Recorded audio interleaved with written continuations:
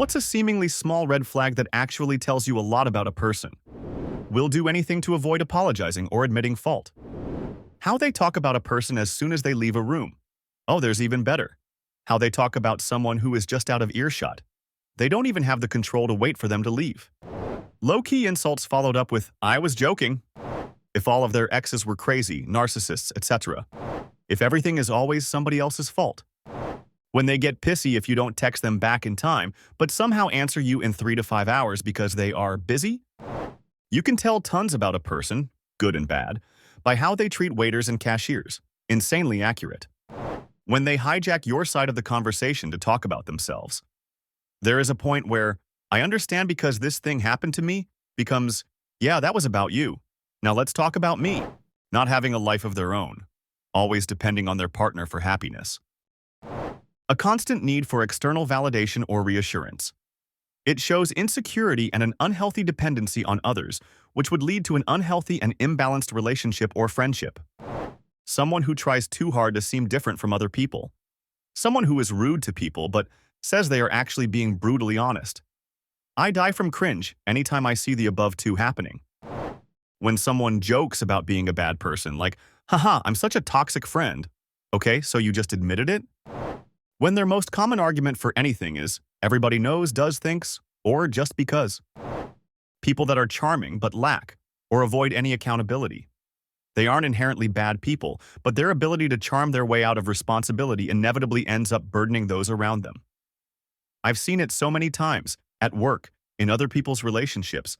The charm itself isn't an apparent red flag. People just see a charismatic person at first, but then the smooth talking comes. Then the excuses, then the inevitable fallout, then the people around them picking up the pieces. They have photos of children with their faces on dating profiles, especially egregious when it's captioned, "Not my kid." This is such a red flag for me. Like, who is this for? Is this meant to impress us? Kids should never be posted on a dating profile. Obsessed with material things, e.g. wearing lots of designer clothes, jewelry, etc. Telling stories that seem neutral enough, alluding to how they're the victim, but in reality they caused it all. If they are only telling stories where they are the victim, yeah. Social media full of selfies. And being religious. If you're quiet about it and just do your thing, whatever. But if we're having a conversation about science, equality, human rights, reason, and politics, and you chime in with, "Well, according to the Bible, X is not allowed, therefore we can't allow it now," then that's just a red flag. Not even a small one. Active dislike of children. Not "kids aren't for me" preference type stuff, but "yuck, kids, I fucking hate them. Get me away from them" type stuff.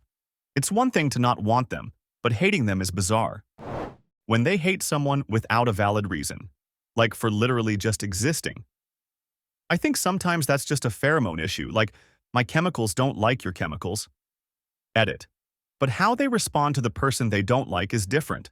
Like, I might not like you, but I'm not going to start drama about it either. That part is my business. People who don't have any stories that paint them in a bad light.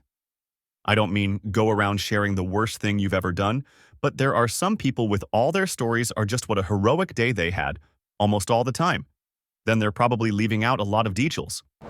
When you're in conversation but the other person talks over you, switches topics while you're making a point, and doesn't seem to hear anything you say.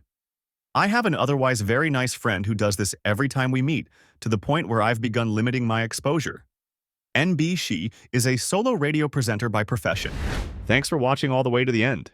If you enjoyed this story, don't forget to leave a like and share your thoughts in the comments. I'd love to hear what you think. Also, make sure to subscribe so you don't miss out on more awesome stories. And hey, why stop here? Check out another video, I promise it'll be just as interesting.